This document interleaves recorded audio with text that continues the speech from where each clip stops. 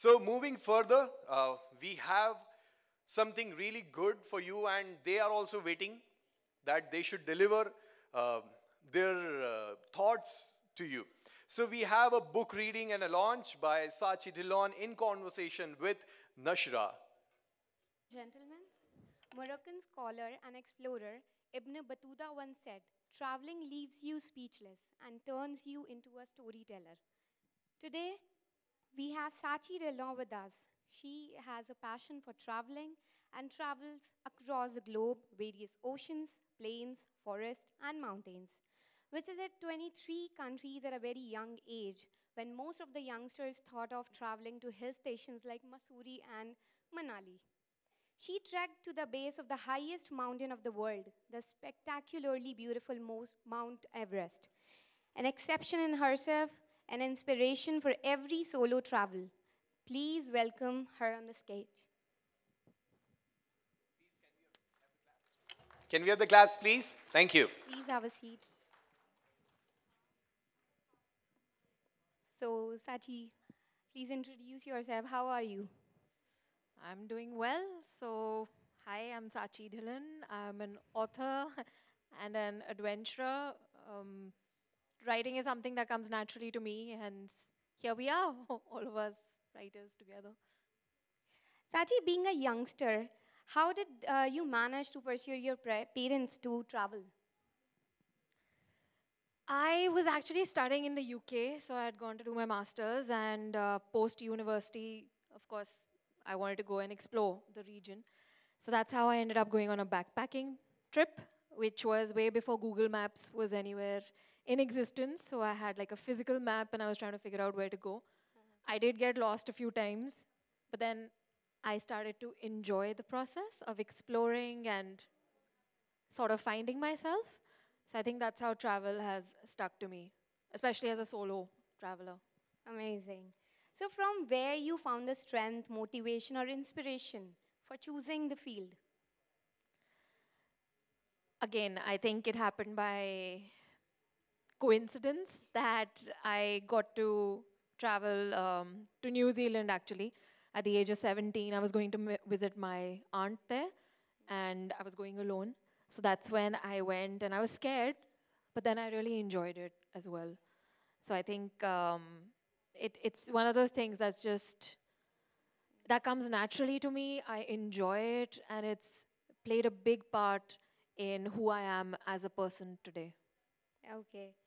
Your book, Dreaming of Everest, which has won a bestseller on Amazon, receiving rave reviews and a lot of press attention, which is amazing.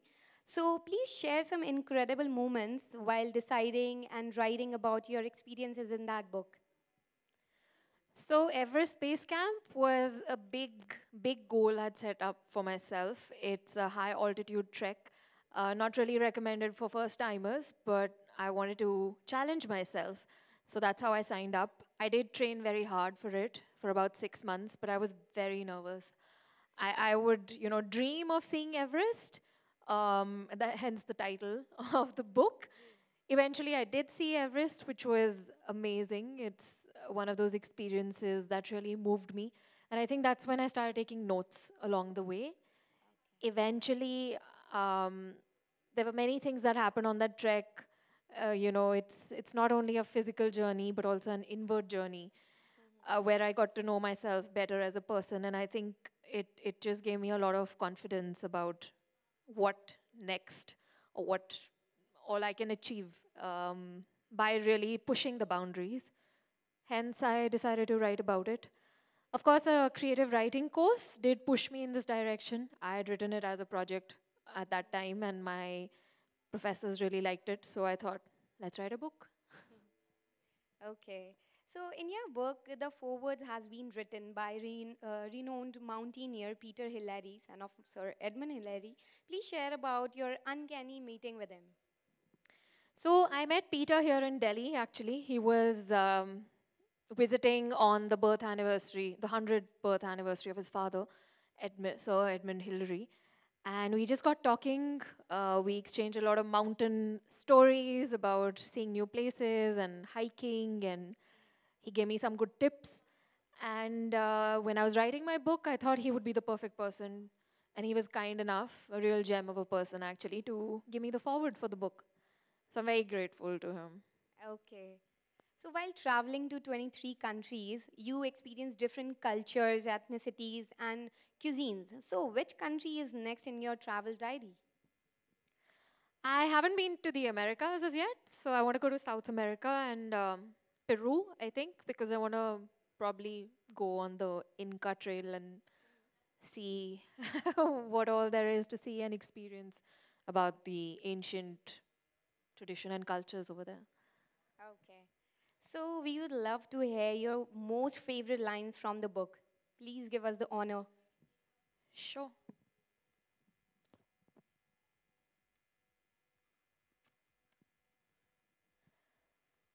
So I'll start off with how I was feeling when I was on this trek. The repetitive call of the cold followed as I darted up the dirt track. I smiled at some trekkers who egged me on for the steep climb ahead. At this time, I was alone, walking past glistening wheat fields, swaying in the light breeze. Cumulonimbus clouds floated above in the bright blue sky, indicating that it was going to be a good day. So I was looking out for signs when I was on this trek. Continuing on the trek, I had to keep fortifying my energy levels now and again, eating nut bars and chocolate while trudging up the precipitous paths that curved like a ribbon through the rhododendron and pine forests. Most of my group members and other trekking groups passed me by on the Serpentine Trail. However, I was in no rush. The sound of the cool breeze rustling through the leaves kept me company. Soon I turned on my Spotify travel playlist and started humming to my favorite Eddie Vedder song. I watched a pair of rufous turtle doves jostle on a tree, much to my delight. I could feel my being jump with joy as well. So this is initially when, of course, things were fine. It's just that I felt very, very sick when I was closer to the end goal, which is what I will just take you through.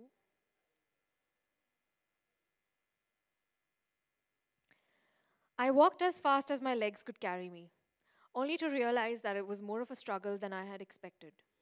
I looked around at the wide expanse of nothingness surrounding us. We were walking on a wide sandy path strewn with loose gravel stones and rocks deep below which lay the frozen lake bed.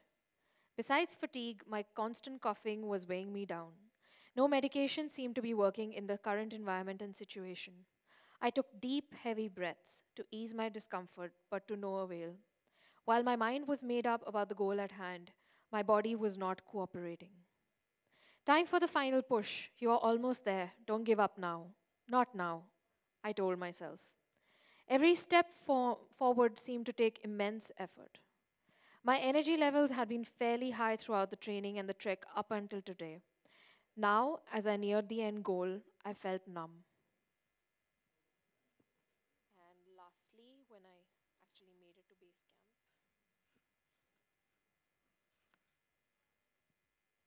So this is when I actually could see base camp up close. I could feel my eyes go moist with joy. Massive boulders, loose rocks, and remnants of ice made up the base camp. Once tiny dots, the yellow tents were now up close. We had come a long way, 65 kilometers to be precise. Immense gratitude and happiness filled my core. I had done it. I was there against the odds, my first ever high altitude, long distance trek. That too to the base of the world's highest mountain. I darted up a pile of rocks towards the fluttering prayer flags and an empty sack being used as a signboard that read, Everest Base Camp, 5364 meters. I could feel my congested chest melt with undulating joy as I touched the sign. This was it, the moment that I had been waiting for since last year. I was overwhelmed with triumph. This was the equivalent of an Everest summit for me. I felt the soft brush of snowfall on my jacket as I stood there. I felt truly alive. Thank you so much, Saachi, for sharing such an amazing stories with us. Thank you. And people from the audience can have their copy of Dreaming of Everest from the display today, which is the bestseller on Amazon in the traveling section also. Thank you so much. Thank you.